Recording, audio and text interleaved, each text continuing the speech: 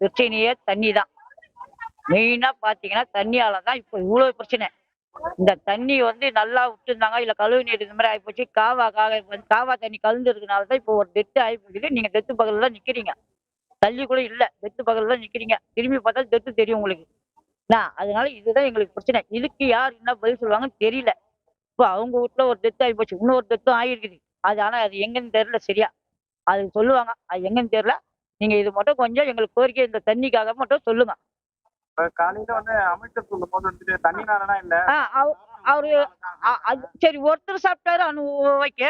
ஒருத்தர் சாப்பிட்டாருங்க. ஒருத்தர் சாப்பிட்டா ரைட்டு. நீங்க ஜிஹெச்ல இப்போ ஒரு 50 பேர் சேர்ந்துக்கிறாங்க. அப்ப 50 பேருமே சாப்பிட்டது சரியில்லையா? என்னோட கோரிக்கை நான் வைக்கிறேன். இப்போ ஒருத்தர் சாப்பிட்டாங்கப்பா. சரியில்ல. நான் சாப்பிட்டேன். எனக்கு உடம்பு சரியில்ல ஓகே. இப்ப நீங்க சாப்பிட்டுக்கிறீங்க, அவர் சாப்பிட்டுக்கிறாரு, அவர் சாப்பிட்டாரு, அவர் சாப்பிட்டாரு, இவர் சாப்பிட்டுக்கிறாரு. இப்ப 50 பேருமே ஒரே தீனியா துண்டு வந்தோம். நான் தோசை தின்னுருப்பேன், நீங்க இட்லி தின்னுருப்பீங்க. அந்த மாரி தானே இது கேட்க முடியும். இப்போ சாப்பிட்டதுனால நான் 50 பேரும் ஒரே தீனியா துண்டு வந்தவங்க பார்த்து நாங்க இப்போ ஒரே இடத்துல வந்த தண்ணியால தானே இப்ப பிரச்சனை. ஆ? வேற என்ன? வேற இப்போ நான் துண்ணேன், நான் பிரியாணி சொன்னேன், நீங்க சிக்கன் ரைஸ் சொன்னேன், அதனால வந்தா பரவாயில்ல. இப்ப எல்லாமே இங்க இருக்கிறவங்க தானே. இப்ப இங்க நேத்து வந்த தண்ணியால தான் இப்ப குஷ்டி இந்த மாதிரி ஆயிப்போச்சு.